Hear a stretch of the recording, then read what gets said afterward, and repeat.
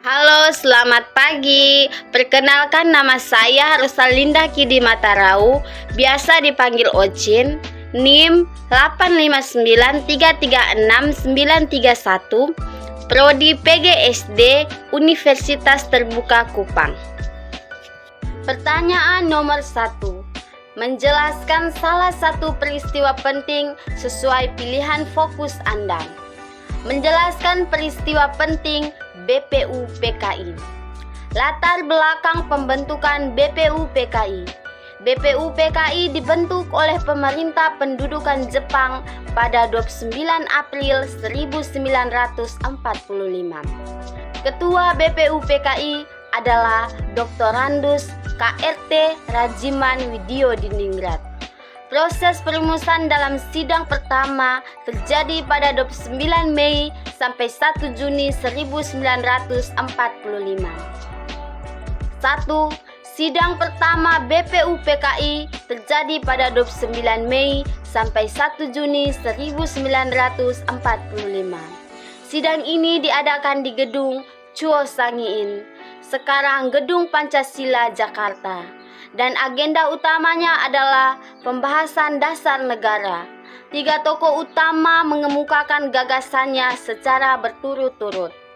Pada 29 Mei 1945, Mr. Muhammad Yamin mengusulkan 5 asas dasar negara dalam pidatonya berjudul Asas dan Dasar Negara Indonesia Merdeka, yaitu peri kebangsaan, peri kemanusiaan, peri ketuhanan, peri kerakyatan, kesejahteraan rakyat. Ia juga menjadi orang pertama yang menyebutkan istilah Pancasila untuk menyebut kelima asas tersebut yang berarti 5 dasar atau asas.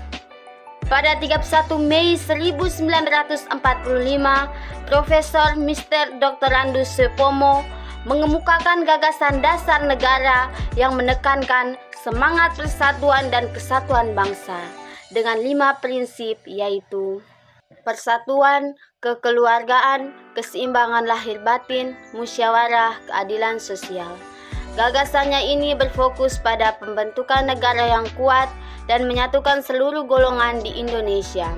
Pada 1 Juni 1945, Insinyur Soekarno dalam pidatonya yang terkenal dan diterima dengan antusias oleh para anggota, ia mengusulkan rumusan 5 asas dasar negara yang secara resmi diberi nama Pancasila.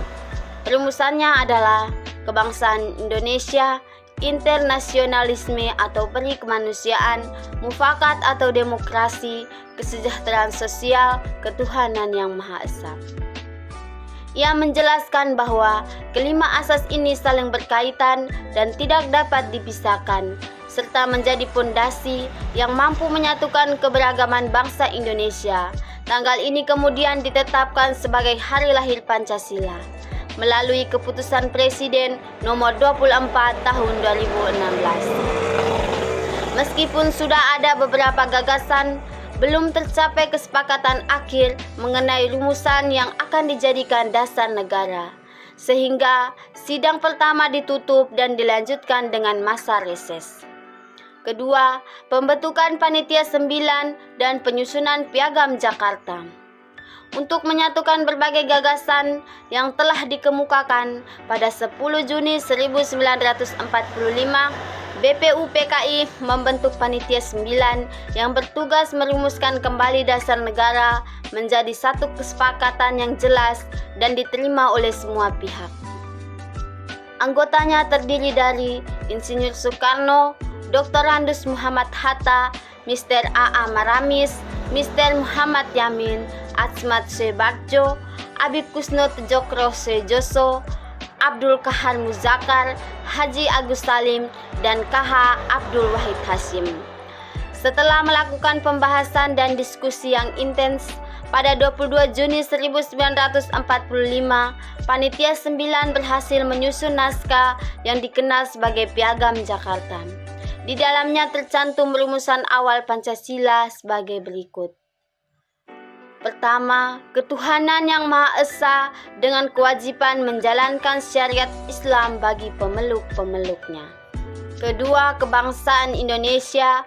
Ketiga, kemanusiaan yang adil dan beradab. Keempat, kerakyatan yang dipimpin oleh hikmat kebijaksanaan dalam permusyawaratan perwakilan. Kelima, keadilan sosial bagi seluruh rakyat Indonesia. Naskah ini menjadi dasar utama untuk penyusunan Undang-Undang Dasar dan rumusan Pancasila selanjutnya. Ketiga, sidang kedua BPUPKI pada 10 sampai 17 Juli 1945. Dalam sidang ini, rumusan Pancasila yang terdapat dalam Piagam Jakarta dibahas kembali secara mendalam.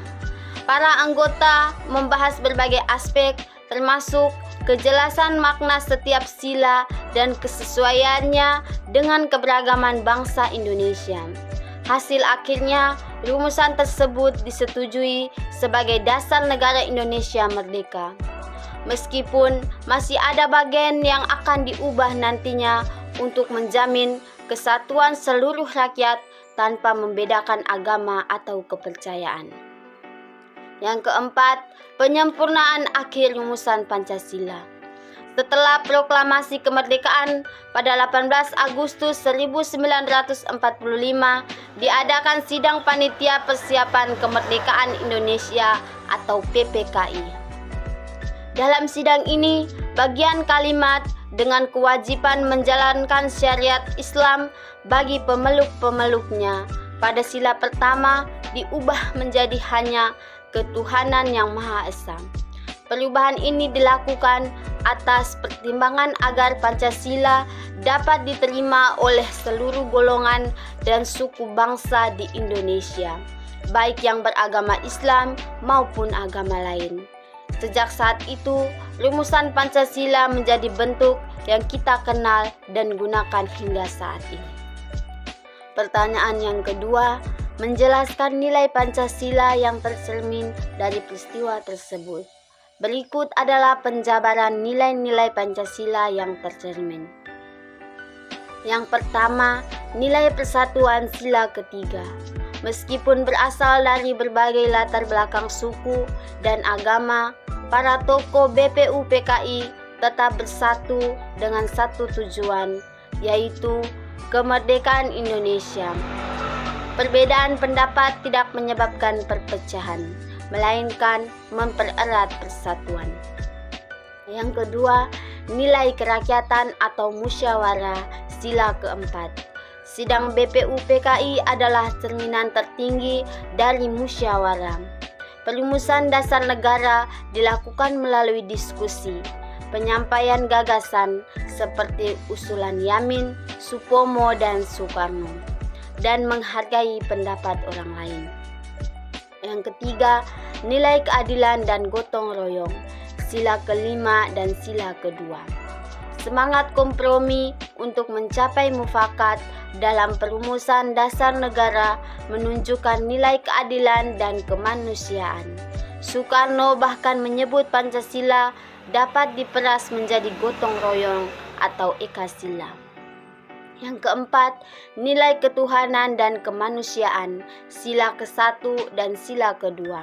Meskipun terdapat perdebatan antara golongan kebangsaan dan agama, kesepakatan yang dicapai, terutama dalam Piagam Jakarta, mengakomodasi nilai-nilai ketuhanan dan penghormatan terhadap kemanusiaan yang beradab.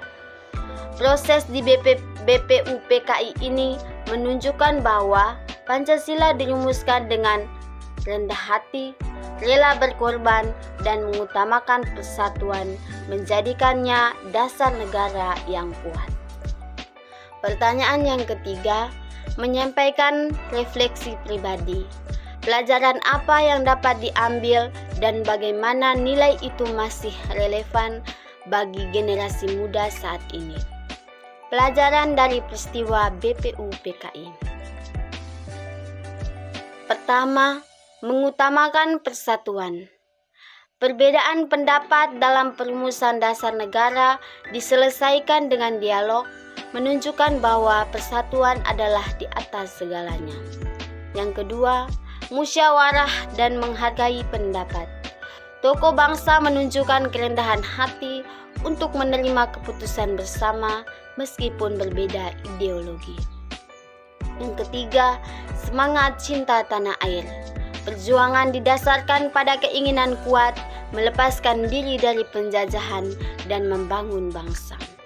Relevansi Pancasila bagi generasi muda saat ini. Yang pertama, etika digital. Sila-sila Pancasila menjadi pemandu etika dalam berinteraksi di media sosial, menghindari hoaks dan mencegah intoleransi. Yang kedua, filter globalisasi. Nilai Pancasila membantu generasi muda menyaring budaya asing dan mempertahankan jati diri bangsa. Yang ketiga, pedoman hidup sosial menjadi landasan dalam menerapkan keadilan sosial dan kemanusiaan di tengah kehidupan modern. Sebagai generasi penerus, menerapkan Pancasila berarti aktif berkontribusi positif, toleran, dan menggunakan teknologi untuk kemajuan bangsa.